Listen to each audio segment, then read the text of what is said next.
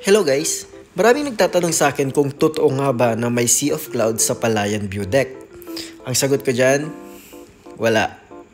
Nung pumunta po kami sa Palayan View Deck, wala po kaming Sea of Clouds na nakita dyan sa baba mismo ng Palayan. Well, kung nagtatanong kayo kung paano namin na-achieve ang ganitong view na parang sa ibaba lang mismo ng Palayan ay may Sea of Clouds. Ganito po ang ginawa namin. Kung makikita nyo ang top view nito, ganito mismo ang itsura ng Palayan View Deck. Okay, i-fast forward natin. Ganito ang itsura ng Palayan View Deck sa personal.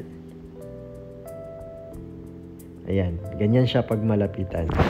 Kung mapapansin nyo, nasa malayong parte ang mga Sea of Clouds. Ganyan siya kalayo sa personal. Pero ang ginawa namin, mula sa part na to, dito kami kumuha ng picture. Kumbaga, zoom namin siya gamit yung drone ng 7 times zoom. Ganito siya kapag naka-zoom. Same video lang to Zoom ko lang siya ng konti. Ganyan ang itsura niyan.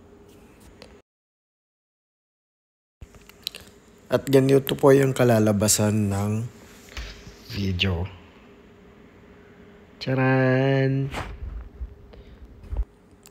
Siguro kailangan mo lang ng drone na may zoom para ma-achieve yung ganitong view.